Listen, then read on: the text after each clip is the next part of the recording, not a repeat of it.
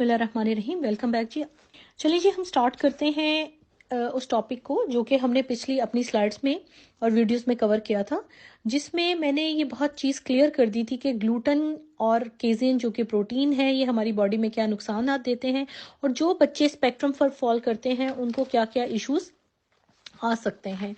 तो हम ग्लूटेन को स्लोली स्लोली जब बच्चों की डाइट में से निकालेंगे तो हम उसके मुतबादिल उसके ऑल्टरनेट या सब्स्टिट्यूट जो हम चीज़ें यूज़ कर सकते हैं, उसमें मिलेट का फ्लावर है, बकव्हीट फ्लावर है, ओट्स का फ्लावर है और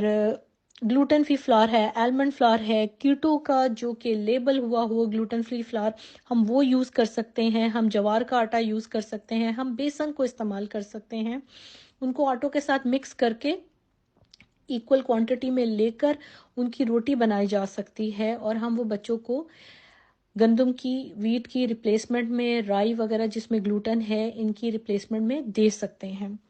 और ये चीज़ हम लोगों को बहुत मुश्किल शुरू में लगेगी, लेकिन जब आप स्लोली स्लोली बच्चों की डाइट में, बच्चों को रोज़मर्रा में ये चीज़ें इंट्रोड्यूस करवाएंगे तो with the passage of time ये आपको आसान लगना शुरू हो जाएगा। आगे हम बात करते हैं कि अगर हमने बच्चों के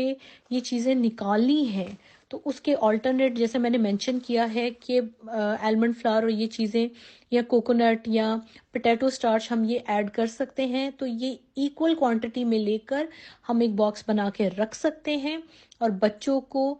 स्लोली स्लोली इस चीज़ की आदत बनाएं, बच्चों के टेस्ट पर डेवलप करें तो बच्चा ये चीज़ें खाना स्टार्ट कर देगा। यहाँ पे हम इस चीज़ को भी मद्देनजर रखें कि जो ऑटिज्म के जो बच्चे स्पेक्ट्रम पे फॉल करते हैं, उनकी बॉडी में उनका जो फोलेट मेटाबॉलिज्म होता है वो पहले ही हार्ड होता है, वो उस तरीके से काम नहीं कर रहा होता जो न्यूरोटिपिकल बच्चों की बॉडी में कर रहा होता है ग्लूटेन देने की वजह से। अगर हम ग्लूटेन को उन बच्चों की डाइट में से आहिस्ता आहिस्ता निकाल देते हैं, मैं बार बार ये चीज़ मेंशन कर रही हूँ कि प्लीज़ पेरेंट्स एकदम कुछ मत निकालें और डाइटिशियन के अंडर रहते हुए काम करें और स्लोली स्लोली बच्चों को ये करके देखें। अगर बच्चों में चेंजेस आती हैं 2, 3, 4, 5 हफ्तों में, तो आप किसी डाइटिशियन या न्यूट्रिशनिस्ट के अंडर रहते हुए बच्चों का प्लान बनवाकर ये चीज़ें इंप्लीमेंट कर सकते हैं। तो चलिए जी, बात कर रहे थे हम फोलेट मेटाबॉलिज्म की कि अगर बच्चा जैसे कि मैंने पहले जिक्र किया कि इन बच्चों की बॉडी में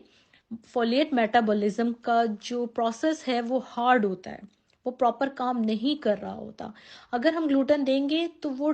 मेटाबॉलिज्म और हार्ड हो जाएगा, जिसकी वजह से कहा जाता है कि अगर हम इन बच्चों को ग्लूटेन फ्री और केजेन फ्री डाइट पे डालें तो फोलेट डेफिशिएंसीज कम इंक्रीज नहीं करेगा, क्योंकि ये कहा जाता है कि अगर इनका